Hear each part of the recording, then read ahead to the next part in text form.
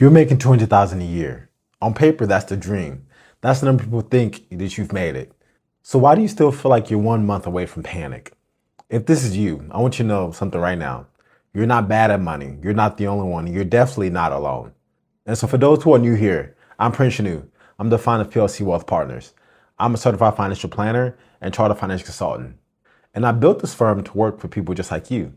First generation high earners, professionals, business owners who are the first in their family to hit this kind of income and who don't have a blueprint for what to do next. Before I started my firm, I spent years at multiple different private banks sitting across the table from people who have built real wealth. And I noticed something that stuck with me. A lot of high earners never actually get taught how to manage money at this level. They get taught how to earn it. Nobody sits down with them and show them what to do once the income shows up. So this channel exists to fill that gap. Real straightforward financial planning without the jargon or without any guilt tripping. If that's what you're looking for, stick around because this topic today is one of the most common things that I hear from clients before they ever became clients with me. A 2025 Goldman Sachs report found that 41% of people earning between $300,000 and $500,000 a year are still living paycheck to paycheck. 40% of people earning over $500,000 says the same thing. Now read that again. This isn't a $60,000 salary problem. This is happening at every income level, including the top. So today I want to talk and break down the real reason why this happens and what you can actually do about it. The first reason is lifestyle creep. I want to walk you through exactly how this happens because it never happens all at once. Here's the pattern. You get a raise, you get a promotion, the income goes up, and then almost immediately the spending starts to follow it. A nicer car because you finally feel like you earned it. A nicer neighborhood because your old one doesn't feel like it matches anymore. More takeout during the week because you're busier and you've earned that convenience. A few more trips a year because life is short and you finally have the means to do so. None of these decisions are bad on their own, and that's the part I want you to hear and understand. This isn't a video about shaming you for enjoying your money. The problem isn't a single purchase. The problem is the pattern, and the pattern is sneaky.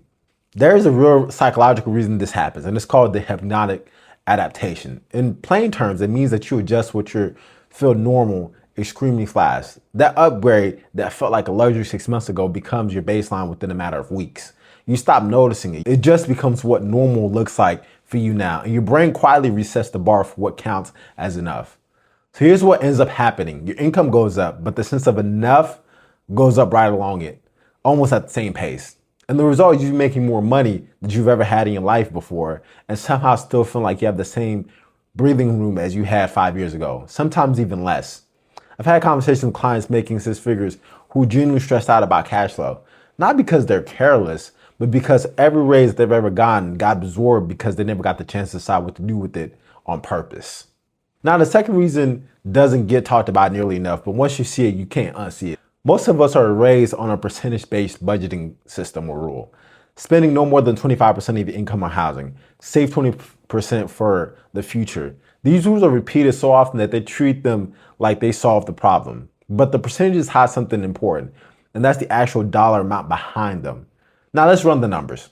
Say someone is making $100,000 a year, sticking to the 25% rule, is spending around $2,100 a month on housing. That's real numbers, but it's manageable for most budgets. Now take someone making $500,000 a year, following the 25% rule. That's over $10,000 a month going towards housing. It doesn't stop there. Property taxes climb with the value of the home. Insurance premium climb with it too. Maintenance costs climb with it as well. Every single line item sells up together because all of it's tied to the size of the home that you can afford now. Here's the part that catches people off guard.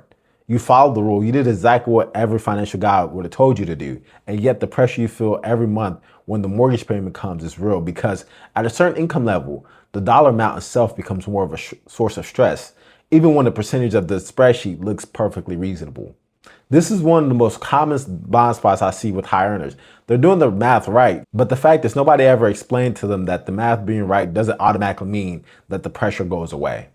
Now, the third reason why is one that I think is the most misunderstood, and it comes down to this. Your income is not the same as your liquidity. When people hear $200,000 a year, they picture the whole number sitting in a bank account, ready to be used. That's not how it actually works, and it's almost never how it works for anybody earning a high income. Now, start off with taxes. A meaningful chunk of that income goes and gets taken immediately to go towards that, especially once you're in a higher tax bracket and dealing with things like the loss of certain deductions as your income rises.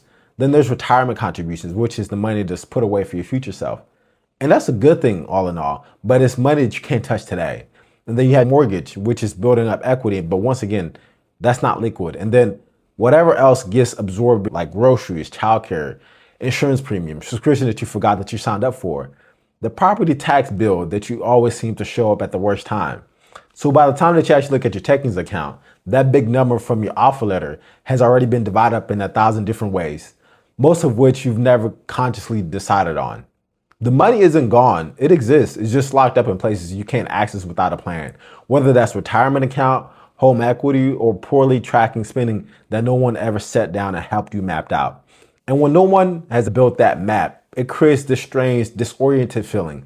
You feel like you're earning well, and you can see the number on your pay stubs, but somehow every single month, it feels like the money evaporates before you can explain where it went. See, now that's not a mystery. That's just the absence of a cash flow plan. And I want to be clear about something here, because it really does matter. It's not about spending less on principle. It's about tracking every latte that you buy for the rest of your life. It's about understanding in real numbers what's fixed, what's flexible, what's actually available to you at any given moment. Without that visibility, you're making every financial decision blind, even the good ones like saving more or investing more aggressively. Visibility is what turns a high income into actual advantage instead of just being a bigger number that somehow disappears. And then there's the fourth reason. And honestly, this might be the one that matters the most, even though it's the hardest one to put a number on. A lot of what we're talking about isn't about the actual math itself. It's about comparison. It's about insecurity. For most people, it's about scarcity mindset that they grew up around that never fully left. Even after the income changed dramatically, if you were the first person in your family to cross into six figures, or the first person to buy a home, or the first person to have any kind of investment portfolio, there's a good chance no one around you had a reference point for what enough is supposed to feel like. Instead, the goalpost keeps on moving. You hit the number that you thought would make you feel secure, and instead of feeling secure, you notice someone else who has more. A bigger house, a nicer car, a trip that you didn't take, and the chase starts all over again. Here's what I want you to sit down with.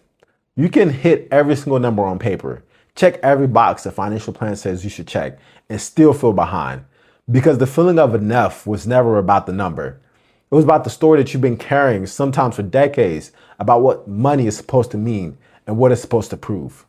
No amount of income fixes that on its own. I've seen it firsthand. People earning what would be considered a fortune, still lying awake, feeling like they're one step from losing it all. That feeling deserves to be acknowledged, not dismissed, because it's real and it's common and it's not a character flaw. If any of this sounds familiar, here's what I want you to take away from this. None of it means something is wrong with you. It means no one's ever sat you down and showed you how to build a plan for money at this level. But frankly, most financial advice out there is writing for people earning far less, or people who are inheriting wealth, or who were taught how to manage it from a young age. If you're the first in your family to get here, you're often building a playbook as you go. Making more money doesn't automatically create freedom. And I want to say that again, because it runs counter to almost everything that you've grown up and been told. Freedom doesn't come from the size of the number on the pay stub. It comes from liquidity, from intentional cash flow, from making sure every dollar comes in has a job, instead of it disappearing into whatever life throws at you on that given month. That's the entire reason why I built this firm, not to make you feel guilty about a nicer car or the vacation or the home that you worked hard for. You've earned the right to enjoy your income. My goal is to help you build a plan where the money you've already earned actually works on your behalf, instead of it just quietly passing through your hands every month and leaving you wondering where it went all along. If any of this hits home for you, here's one thing that I want you to do this week. Go back and look at your last 3 pay stubs. Don't do it to judge yourself or anything. Just do it to see clearly, because you can't build a plan around money you haven't actually looked at yet. That's where every real financial plan starts. Not with a budget app, not with a New Year's resolution, just clarity. If you found this helpful, subscribe, and I'll keep breaking down exactly what high earners need to know that no one else is teaching them. And if you want help actually building this out for you in your own situation, head over to PLCWealthPartners.com and take a look at the website, and you'll find more on how I'm able to help clients along the way to reaching exactly what they want for their future. Until next time, I pray you have a wonderful day.